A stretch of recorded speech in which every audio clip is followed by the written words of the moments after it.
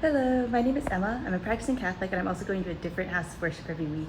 This week we're going to go to a Presbyterian church. It is Presbyterian Church in America. It's PCA. I know there are a couple different denominations, so I'll check in with you after. We're back from the service. I will take you through my first impressions and then walk you through the service from my perspective and then any of my takeaways. The first thing that I noticed was that one, the church was a lot older than I expected.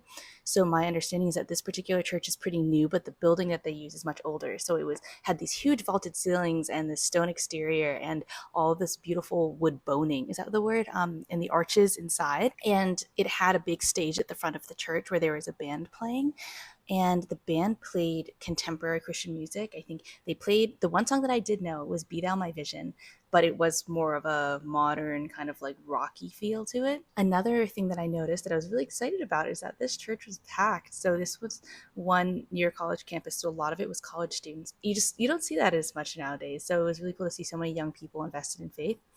Another thing is that this was the first church that I've been to so far in this project that was primarily Asian. And it was really nice to sit there and not feel like I stuck out. I don't think I really thought about that. I mean, I was certainly aware of it, but I didn't think about how nice it would feel to not have that be a thing. The service had a set order of worship that they had on their website. And something that I thought was really interesting was at the beginning, there were excerpts from the catechism. And I don't know why. I just assumed that Catholics were the only ones that had a catechism just because I'd never heard of it. So that was really cool to learn. Also, in terms of confession of faith, there was one that everyone said together, kind of like a Catholic penitential act, and then also a time for individual confession. The Lord's Prayer was also almost identical. There were a few word changes.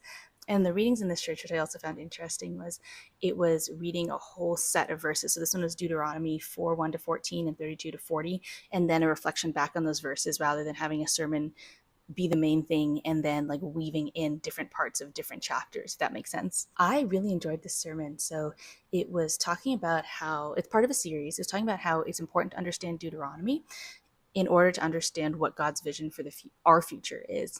The way that they explained it, they did a great job of giving historical context, giving biblical context, giving cultural context at the time of the Bible. I really liked the intellectual side. I knew that was something I was expecting coming into a Presbyterian church. They discussed how Deuteronomy was basically Moses' last speech before his people came to the promised land, but he wasn't going to be there.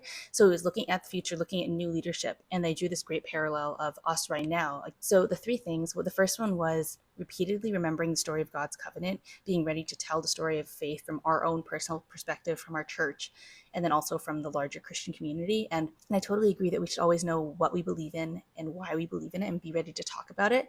I will say that having this testimony ready to go is a little bit more on the Protestant side than on the Catholic spirituality. The number two is we should have intentional lifelong discipline. And it's this idea of some people seeing Christians as having a lot of rules, but for us, we follow them not out of obligation, but out of joy. And then three, we should become part of God's mission, basically living our faith publicly so that other nations can see.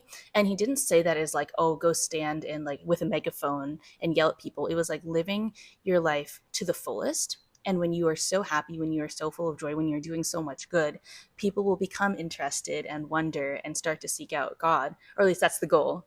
The one thing that I didn't super appreciate about the sermon was the slight dig at Catholics. They're saying something about how we as Protestant Christians believe that salvation comes from faith and grace alone. We can't do enough works to justify salvation.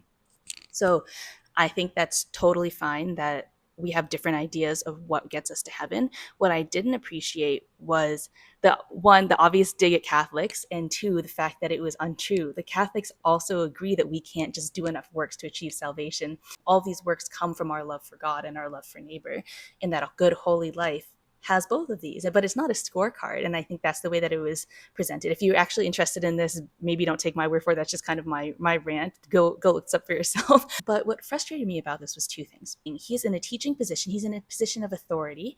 And so to present something without either one, without having researched it, or two, having researched it and having it be blatantly untrue, I just don't understand how you can really consider yourself truthfully leading a flock that way. And three, I don't understand. I mean, Catholics do this too. I don't understand why we're bashing other denominations. Like, if we're all trying to sincerely be a universal church, if we're trying to uphold this belief that Jesus wanted all Christians to be unified, why are we then bashing other Christians and forming more divisions and pulling us further apart? I just simply do not understand that.